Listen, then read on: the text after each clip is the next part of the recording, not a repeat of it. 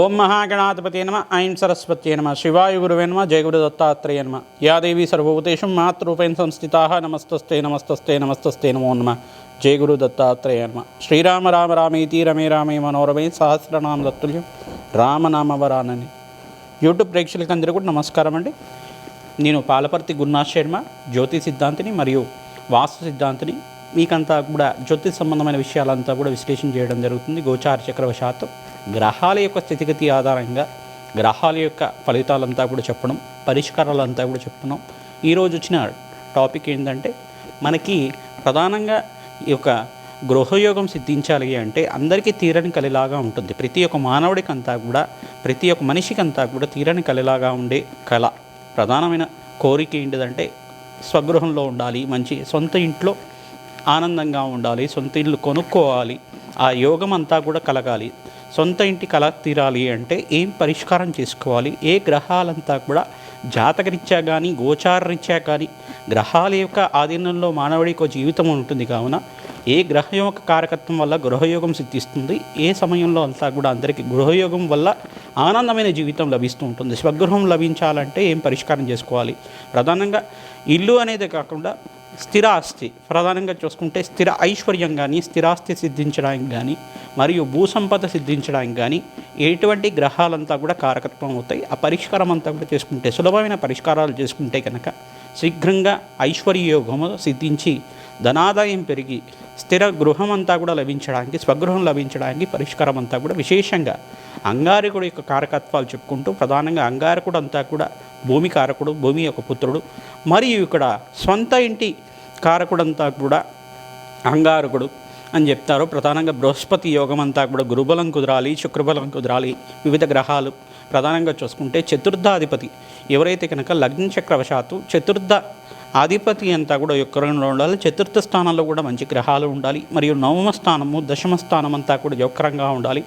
ఈ యొక్క దశ అంతర్దశలో కనుక గ్రహాల యొక్క బలం అంతా కూడా చేకూరిందంటే, గోచారించే కూడా గురుబలం కుదిరినప్పుడు గురువు అంతా కూడా లగ్న చక్రంలో కానీ, ప్రధానంగా లగ్నవశాత్తు లగ్నంలో కానీ, సప్తమంలో కానీ, పంచమంలో కానీ, చతుర్థంలో కానీ మంచి యోగకరమైన స్థానంలో, దశమ స్థానంలో కనుక, కేంద్ర కోణ స్థానంలో కనుక గురువు ఉన్నప్పుడు, గురువు అంతా కూడా బలంగా ఉన్నప్పుడు ప్రధానంగా ఇక్కడంతా గృహయోగం సిద్ధించడానికి, స్థిర ఐశ్వర్యం లభించడానికి, పితృమూలకమైన అర్జితం అంతా కూడా నవమ స్థానం, పూర్వపుణ్యస్థానం, పితృస్థానం అని చెప్పేసి అంటారు. ప్రధానంగా చూసుకుంటే ఈ యొక్క తండ్రి తరపు నుంచి ఏమైనా గృహాలు సిద్ధించడానికి కానీ, గృహయోగం సిద్ధించడానికి కానీ, భూసంపద లభించడానికి, స్థిర ఆస్తి లభించడానికి కానీ అవకాశం ఉంటుంది. చతుర్థ స్థానం మాతృమూలకమైన స్థానం అంటారు. ప్రధానంగా లగ్న చక్రవశాత్తు ఈ యొక్క మాతృమూలకమైన స్థిరాస్తి లభించడం అయినా కానీ, మీకు అంతా కూడా పూర్వీకుల నుంచి వచ్చిన, తరతరాలుగా పూర్వీకులకు వచ్చిన స్థిర ఐశ్వర్యం అంతా కూడా సిద్ధించడానికి కానీ ఈ యొక్క గ్రహాల యొక్క స్థితిగతి జన్మజాతకం అంతా కూడా కారకత్వం అవుతుంది.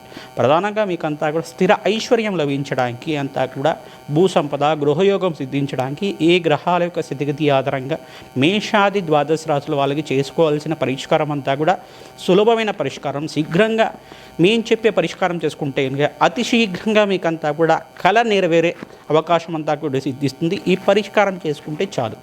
మిగతా అంతా కూడా గ్రహ దేవతల అనుగ్రహం వల్ల, జగన్మాత అనుగ్రహం వల్ల, ప్రధానంగా చూసుకుంటే మేము చెప్పే ఈ యొక్క ఇతిహాసం ప్రధానంగా చూసుకుంటే పురాణ ఇతిహాసం అంతా కూడా చెప్తున్నాము. ఆ పురాణ ఇతిహాసం వినడం చేతనే మీకంతా కూడా గృహయోగం సిద్ధించడానికి, భూసంపద లభించడానికి అవకాశం ఉంటుంది. ప్రధానంగా ఇక్కడంతా కూడా భూవరాహస్వామి చరిత్ర అంతా కూడా చెప్పడం జరుగుతుంది. భూవరాహస్వామి అని చెప్పేసి అంటే కనుక యజ్ఞవరాహస్వామి, ఈ యొక్క శ్వేతవరాహ స్వరూపంలో ఉన్న భూవరాహస్వామి ప్రధానంగా చూసుకుంటే భూమిని ఉద్ధరించడానికి, భూమిని అంతా కూడా ధరణి దేవిని అంతా కూడా సముద్ర మధ్యంలో అంతా కూడా ఉన్నప్పుడు ఈ యొక్క పూర్వం ఇతిహాసం ప్రకారంగా ఈ యొక్క కల్పంలో అంతా కూడా వివిధ రాక్షసులంతా కూడా దేవతలంతా కూడా హింసించడం, దేవతలంతా కూడా పీడించడం, తిలోకాధిపత్యం కోసం అనే ప్రయత్నం చేస్తుంటారు. హిరణ్యాక్షుడు, హిరణ్యకశిపుడు అని చెప్పేసి రాక్షసుడు ఉండేవారు. హిరణ్యాక్షుడు అంతా కూడా దేవతలు పీడిస్తూ ఉండేవాడు. ప్రధానంగా భూగోళాన్నంతా కూడా తీసుకొనేసి, భూగోళం అంతా కూడా ప్రధానంగా సకల ప్రధానంగా చూసుకుంటే భూవరాహస్వామి చరిత్రలో విధానంగా వరాహ అవతారం ఎత్తిన మహావిష్ణువు అంతా కూడా భూమాతని ఉద్ధరించడానికి అవతారం ఎత్తాడనమాట. ఇక్కడంతా కూడా రాక్షస సంహారం జరగడానికి భూవరాహస్వామి చరిత్ర అంతా కూడా చెప్పడం జరుగుతుంది. హిరణ్యాక్షుడు హిరణ్యకృష్ణుడు అనే ఇద్దరు రాక్షసులు ఉండేవాళ్ళు, అన్నతమ్ములంతా కూడా త్రిలోకాధిపత్యం కలగాలి, త్రిలోక ఆధిపత్యం కలగాలి, ప్రధానంగా స్వర్గాధిపత్యం లభించాలని చెప్పేసి 3 లోకాల్లో అంతా కూడా మా ఆధిపత్యం ఉండాలి అని చెప్పేసి వాళ్ళు బ్రహ్మ కోసం తపస్సు చేశారు. ప్రధానంగా హిరణ్యాక్షుడు అంతా కూడా బ్రహ్మ కోసం తపస్సు చేసిన తర్వాత బ్రహ్మను ఒక వరాన్ని కోరారట.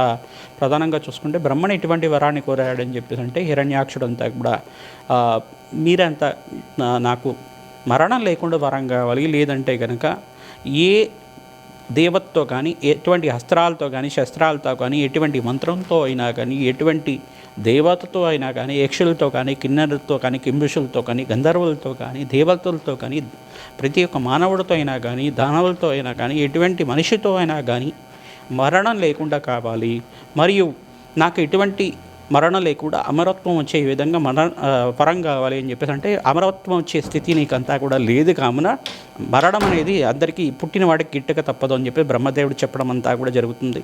ఇక్కడ హిరణ్యాక్షుడు అంతా కూడా రాక్షసుడు ప్రధానంగా తెలివితో ఆలోచించి ఒక వరాన్ని అడుగుతాడు అనమాట. ఒక మనిషి శరీరంగా ఉండాలి, అది ఒక వరాహ రూపంలో ఉండాలి, శరీరం అంతా కూడా మానవ శరీరంతో ఉండాలి, వరాహ రూపంలో ఉండే మనిషితోటి నాకంతా కూడా మరణం కలగాలి అని చెప్పేసి అట్లా ఉండదు. కాబట్టి సృష్టిలో అంతా కూడా అటువంటి మనుషులంతా కూడా ఉండరు కాబట్టి అటువంటి మరణం కావాలి అని చెప్పేసి అడుగుతుంటారన్నమాట. ఆ వరం దొరికిన తర్వాత బ్రహ్మ వరంతో శక్తివంతుడైన ఆ రాక్షసుడంతా కూడా మానవులంతా కూడా హింసించడం జరుగుతూ ఉంటుంది. ఋషులనంతా కూడా యజ్ఞాధికృతులు చేయకుండా హింసించడం జరుగుతూ ఉంటుంది. తద్వారా అంతా కూడా ఇక్కడ దుఃఖం అంతా కూడా పొందుతారు, మానవులంతా కూడా పొందుతూ ఉంటారు. ఇక్కడ దుఃఖాలంతా కూడా పొందుతూ ఉంటారు. ఈ యొక్క ఇతిహాసం అంతా కూడా జరిగినప్పుడు దేవతల నుంచి ఆధిపత్యం లభించాలి అంటే భూమాతనే కారణం అవుతుంది. కావున ఆ భూగోళాన్ని అంతా కూడా తీసుకెళ్ళి సముద్ర మధ్యంలో అంతా కూడా దాచిపెడతాడనమాట. ఆ భూమాతను రక్షించడానికి, ధరణిదేవిని ఉద్ధరించడానికి ప్రధానంగా మహావిష్ణువు అంతా కూడా సాక్షాత్ మహావిష్ణు అవతార రూపంలోని శ్వేతవరాహ రూపంలో అంతా కూడా సముద్ర మధ్యంలో అంతా కూడా వెళ్ళడానికి వరాహస్వామిగా ఉండి ఒక శ్వేతవరాహస్వామిగా యజ్ఞవరాహస్వామిగా అంతా కూడా అక్కడంతా కూడా చతుర్భుజాలతోటి తన యొక్క దంష్టాలంటే కొమ్ములతోటి ఒక అంతా కూడా ధరణిదేవిని అంతా కూడా సముద్ర మధ్యంలోంచి తీసుకొచ్చి రక్షిస్తాడనమాట. ధరణిదేవిని ఉద్ధరించిన కారణన ప్రధానంగా ఆయన మంత్రం కూడా ఈ రకంగా ఉంటుంది. ఓం నమో భగవతే ధరణి ఉద్ధరణాయ భూవరాహస్వామిని నమో నమః. ఇటువంటి మంత్రాన్నంతా కూడా నిత్యమంతా కూడా పారాయణం చేసుకోవడం వల్ల ధరణిదేవిని ఉద్ధరించిన ఈ యొక్క వరాహస్వామి చరిత్ర అంతా కూడా వినడం వల్ల విశేషంగా అందరికి కూడా భూసంపద లభించడానికి, అష్టైశ్వర్యాలంతా కూడా సిద్ధించడానికి అవకాశం ఉంటుంది. ఇక్కడ ధరణిదేవిని రక్షించిన తర్వాత ఆ రాక్షస సంహారం అంతా కూడా ఈ యొక్క వజ్రద్రంష్ట్రాలతోటి అంతా కూడా సంహారం చేయడం జరుగుతుంది. మహావిష్ణు అవతారంలో ఉన్న భూవరాహస్వామి వరాహస్వామి అంతా కూడా ఇటువంటి వరాహస్వామి అంతా కూడా ఈ చరిత్ర అంతా కూడా వింటూ ఉంటారు. ప్రధానంగా హిరణ్యాక్షుడు అంతా కూడా సంహారం జరిగింది. తద్వారా దాని తర్వాత హిరణ్యకశిపుడు అంతా కూడా నరసింహస్వామి అవతారంలో కూడా సంహారం జరిగింది. కథ విశేషాలంతరికి కూడా తెలుసు. కానీ ఇక్కడ విశేషంగా భూసంపద లభించడానికి మనకు భూమి కారణమైన చరిత్ర కావాలి కాకుండా భూమాతను రక్షించిన భూవరాహస్వామిని యజ్ఞవరాహస్వామిని యజ్ఞాది కొరతలో చేయాలన్నా కానీ ఇక్కడ విశేషంగా అంతా కూడా వరాహస్వామిని కేంద్రంగా చెప్తారు. ప్రధానంగా మనకి భూగోళంలో అంతా కూడా తిరుపతి పుణ్యక్షేత్రంలో అంతా కూడా భూవరాహస్వామి క్షేత్రంగా అంతా కూడా చెప్తారు. ప్రధానంగా తిరుపతి క్షేత్రం అంతా కూడా భూవరాహస్వామి క్షేత్రము. తర్వాత వరాహస్వామి యొక్క అనుమతితో వెంకటేశ్వరస్వామి అవతారం ఎత్తిన తర్వాత ఆయన యొక్క దర్శనం చేసుకున్న తర్వాతే వెంకటేశ్వర స్వామిని అంతా కూడా దర్శనం చేసుకోవాలని చెప్పేసి అంతా కూడా శాసనం చేయడం అంతా కూడా చూస్తూ ఉంటాం. ఇటువంటి చరిత్ర అంతా కూడా మనకి వినడం వల్ల మాత్రం చేతని గృహయోగము సిద్ధించడానికి అవకాశం ఉంటుంది, ధనాదాయం పెరగడానికి అవకాశం ఉంటుంది, స్థిర ఐశ్వర్యం లభించడానికి, భూసంపద లభించడానికి అవకాశం ఉంటుంది. కావున అందరూ కూడా ప్రతినిత్యం కూడా భూవరాహస్వామి చరిత్రని వినండి, ప్రవచనంలాగా వినండి. తద్వారా మీకంతా కూడా ధనయోగము, గృహయోగము, స్వగృహయోగం అంతా కూడా సిద్ధిస్తుంది. ఇక్కడ గోచారరీత్యా కానీ లగ్న చక్రవశాత్ కానీ అంగారకుడు, బృహస్పతి, శుక్రుడు అంతా కూడా చతుర్థాధిపతి, నవమాధిపతి, దశమాధిపతి, ఏకాదశంలో పుణ్యగ్రహాలు ఉన్నప్పుడు, గోచారరీత్యా గురుబలం కుదిరినప్పుడు, శుక్రబలము, అంగారక బలం అంతా కూడా కుదిరినప్పుడు యోగకరంగా మీకంతా కూడా శీఘ్రాతి శీఘ్రంగా మేషాది ద్వాదశ రాశుల వాళ్ళకి శీఘ్రంగా గృహయోగము, ధన సంపద, స్వగృహయోగము, భూ సంపద అంతా కూడా స్థిర ఆస్తి లభించడానికి, పూర్వీకుల ఆస్తి అంతా కూడా లభించడానికి అవకాశం ఉంటుంది. కావున అష్టైశ్వర్య యోగం అంతా కూడా అందరికీ కలిగి గృహయోగం సిద్ధించాలి, స్వగృహయోగం కలగాలని చెప్పి ఆశీర్వాదం చేస్తున్నాం. మేషాది ద్వాదశ రాశుల వాళ్ళకి విశేషంగా ఎటువంటి పరిష్కారాలు చేసుకుంటే కనుక శీఘ్రంగా గృహయోగం సిద్ధిస్తుంది, ఐశ్వర్యయోగం కలుగుతుంది. తద్వారా ఆనందమైన జీవితం జీవిస్తారో తెలుసుకుందాం. మీనరాశి, మీనలగ్న జాతకులకి విశేషంగా అంతా కూడా ఈ సంవత్సరం అంతా కూడా విశ్వసన సంవత్సరంలో మీకంతా కూడా గోచార చక్రవశాత్తు కానీ లగ్న చక్రవశాత్తు మీనరాశి, మీనలగ్న జాతకులకి ఎవరికి అయితే కనుక భూయోగం అంతా కూడా సిద్ధించాలని చెప్పి ప్రయత్నం చేస్తున్నారో మీకంతా కూడా అక్టోబర్ 18 తర్వాత విశేషంగా ధనాదాయం పెరగడానికి, స్థిర ఆస్తి లభించడానికి, గృహయోగం సిద్ధించడానికి, తీరని కలలాగా ఉండే స్వగృహం లభించడానికి అవకాశం ఉంటుంది.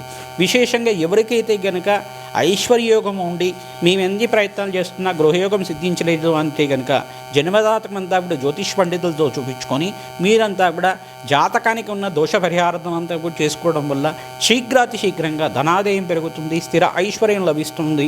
జగన్మాత అనుగ్రహంతో, భూవరాహస్వామి అనుగ్రహంతో, సుబ్రహ్మణ్య స్వామి అనుగ్రహంతో, లక్ష్మీ నరసింహస్వామి అనుగ్రహంతో, పరమేశ్వరుడు అనుగ్రహంతో, మహాదేవుడు అనుగ్రహంతో మీకంతా కూడా స్థిర ఐశ్వర్యం లభించడానికి అవకాశం ఉంటుంది. లక్ష్మీ కుబేర కటాక్షం కలగడానికి అవకాశం ఉంటుంది. మీరంతా కూడా ఏళ్ళనాటి శని ప్రభావంలో ఉన్నారు కావున విశేషంగా శనీశ్వర ప్రీతికరంగా జప హోమ శాంతి కార్యక్రమాలు చేసుకోవడం, చతుర్థాధిపతికి బుధుడికి అంతా కూడా విశేషంగా ఈ యొక్క జప హోమ శాంతి కార్యక్రమాలు చేసుకోవడం, ప్రధానంగా నవమాధిపతికి ప్రధానంగా చూసుకోవాలి. ఇక్కడ ప్రధానంగా శుక్రుడికి, బుధుడికి, అంగారకుడికి, బృహస్పతికి అంతా కూడా మరియు శనీశ్వరుడికి కూడా ఇక్కడ ఏలినాటి శని ప్రభావంలో గోచారీత్యా ఉన్నాయి. కాబట్టి ఈ 5 గ్రహాలకంతా కూడా జప హోమ శాంతి కార్యక్రమాలు చేసుకోవడం, ఏం చేసే విశేషమైన హోమాది కార్యక్రమాలు చేసుకోవడం వల్ల, రాధశ్యామల యజ్ఞాది కరతుల్లో పాల్గొనడం వల్ల అఖండమైన ప్రియప్రాప్తి, ఈ యొక్క యజ్ఞ వరాహస్వామి చరిత్ర అంతా కూడా వినడం వల్ల విపరీత ధనయోగంతో, రాజయోగంతో, ఈ యొక్క అఖండమైన పుణ్యప్రాప్తితోటి అష్టైశ్వర్య యోగం సిద్ధించడానికి అవకాశం ఉంటుంది. ప్రతినిత్యం కూడా రావి చెట్టు దగ్గర మంగళవారం రోజున, గురువారం రోజున, శుక్రవారం రోజున, అమావాస్య రోజున కూడా అఖండ దీపారాధన చేయడానికి ప్రయత్నం చేయండి.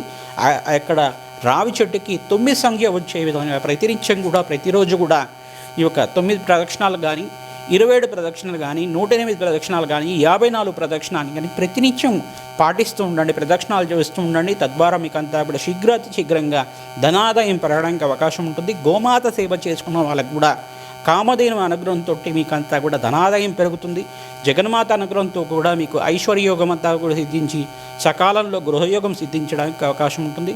ప్రతినిత్యం కూడా ఓం నమో భగవతే ధరణి ఉద్ధరణాయ భూవరాహస్వామిని నమో నమః అనే నామాన్ని కూడా చదువుకోవడం వల్ల నిత్యమంతా కూడా గృహయోగం సిద్ధించడానికి, భూసంపద లభించడానికి అవకాశం ఉంటుంది.